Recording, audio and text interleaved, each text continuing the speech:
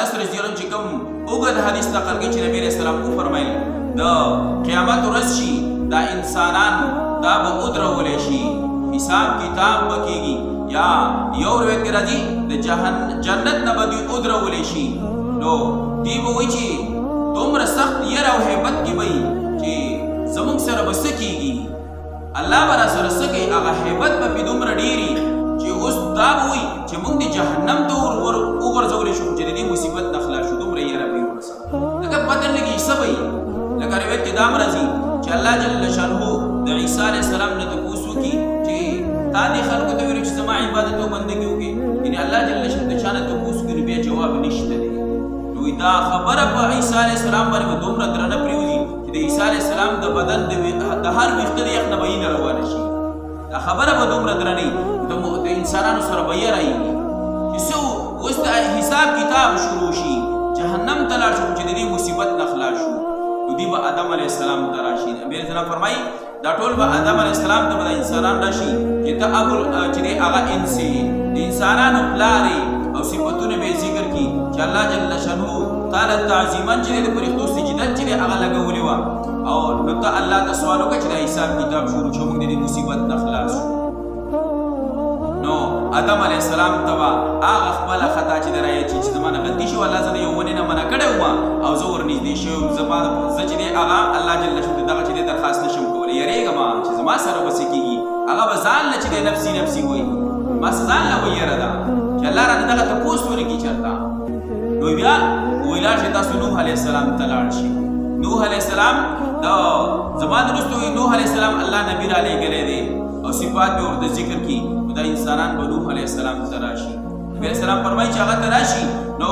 نوح علیه السلام ته به دې درخواست وکړي چې الله نه سوال وکړه چې دا حساب کتاب شروع شي موږ د دې مصیبت نه خلاص شو نو وایي نوح علیه السلام ته به خپله غلطي رایاد شي په 12مه سپاره کې الله جل شانه سورة یونس کې ذکر کړې ده چې هغه د خپل زوی دپاره سوال کړی و الله زما دا بچی الله وایي دا ستا بچی نه دی ستا اهل نه دی دا نو هغه غلطي به ورته رایي چې الله رانه هغه څه دا غلطي کړې وه نو د هغه سره به م یېرئ نفسي نفسي به وایي نو وایي چې زه الله ته دا درخواست نشم کولی نو ورته به وفرمایي چې موږ څه وکړو وایي تاسو ابراهیم علیه السلام ته لاړ شئ چې هغه الله جل شانه خپل دوست ګرځولی خلیل الله لقب یې ورکړی دی د الله دوست دی هغه ته تاسو لاړ شئ او بلکې د ابراهیم علیه السلام لقب هم چې دی ابو الانبیا ورته ویلی کېږي چې دا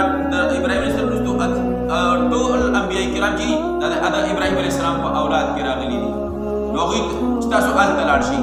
ابراهیم علیه السلام ته به راشي نو ابراهیم علیه السلام ته دې درخواست وکړي نو ابراهیم علیه السلام به ورته چې دی وفرمایي زما نه یو دریو ځایونو کې خطا شوې وه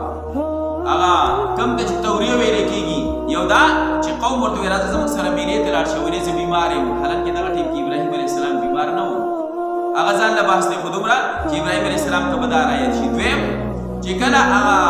نمرود کې تپوس وکړي دا بوتان داماد کړي دي وایي نه وایي دا به دې مشر کړي هغه تبر ورسره دی یو رانه دا غلطي شوې ده او دریم چې سارا رضی الله عنها ورسره وه نو باچا دې تپوس کوي دا دې څه ده وایي دا مې خور ده نو خو اسلامي طرف ته اشاره توریه وه خو دا خو بیبي وه نو هغه غلطۍ به ورته وایي زه دا کار نشم کولی الله ته جل شانه هسې نه تپوس رانه ونه کړي دې باره کې وایي څه وکړو وایي تاسو موسی علیه السلام ته لاړ شئ هغه د الله جل شانه څخه خبرې کړي دي کلیم الله لقب یې ورکړی دی تاسو موسی علیه السلام ته لاړ شئ نو دا ټول انسانان بیا به راجمع شي موسی علیه السلام ته به راشي چې ته الله جل شانه ته درخواست وکړه نو موسی علیه السلام چې به هم چې دی هغه عذر پیش کړي موسی علیه السلام یو قبطي چې دی وچلی و په څوک یې والی و جګړه هغه خلاصول خو چې دی صدیق اکبر بس هغه چې دی مړ شو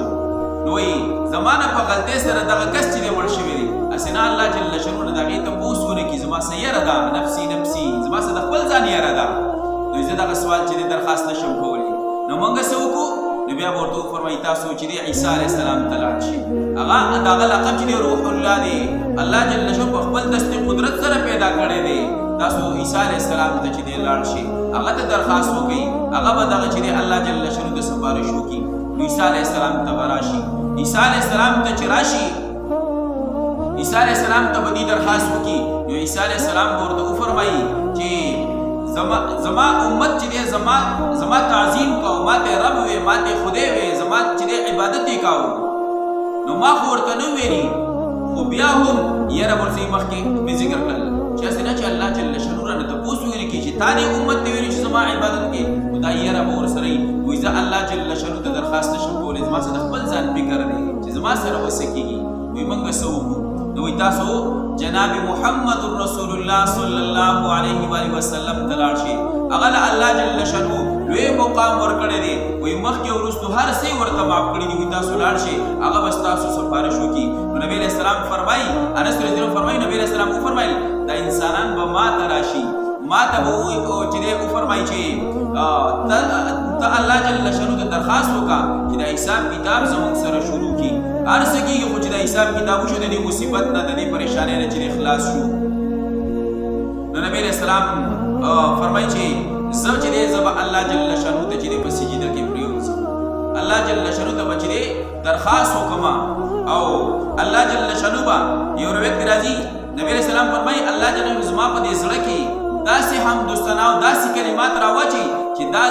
ما به چرته داسې د الله جل شانه حمدستنا نه کړی او یې فرمایي هغه الفاظ ما ته اوسیات نه دي دا الله جل زما دې زړه کې واچي نو زبر الله جل شانه حمدستنا چې هغه سجده کې پریوځم الله جل شانه ما تعالى سکی چې اے محمد صلی الله علیه و وسلم سر اوچت کا تسواړي ستا سوال چې هغه به قبليږي ستا مراد سره وي زب سر اوچت کوم د الله حمد ثنا وکم او به دغه درخواست وکم نور روایت راځي چې الله جل شانه با چې حساب کتاب شروع کی او بل روایت راځي چې زب د امت لپاره سوال وکم نو الله جل شانه یو خاص مقدار وخی چې د جهنم نه روباسا دوی زبا هغه عمر کسان چې د جهنم نه روباسه او جنت ته به داخل کما دوی بیا به په سجده کې پریوځم بیا برته الله جل شانه فرمایي چې سوال او ورستا سوال چې هغه قبول دی زب بیا د امت لپاره سوال وکم دوی بیا به چې الله جل شانه یو مقدار اوخی چې لاړ شه او دومره د جهنم نه روباسه نو دومره کسان به روباسه هغه به جنت ته داخل کم وی بیا به چې په دریم ځل بیا په سجده کې سن چې هغه کېدم بیا برته الله جل شانه دغه فرمایي چې سر اوچت کې سوال استا سوال قبول دی نو زه بیا د امت لپاره سوال کوم د امت لپاره درې چې الله جل شانه د فرمایي ته سوال استا سوال قبول دی ځان لپاره سوال نه کوي د خپل خاندان لپاره نه کوي د خپل اهل او عیال لپاره نه کوي بلکې د امت لپاره سوال کوي ټول انبیاء کرام سره نفسي نفسي دا نبی رسول الله سره امتي دا امت لپاره سوال کوي نو نبی رسول الله انس رضی الله فرمایي نبی رسول الله دا مقام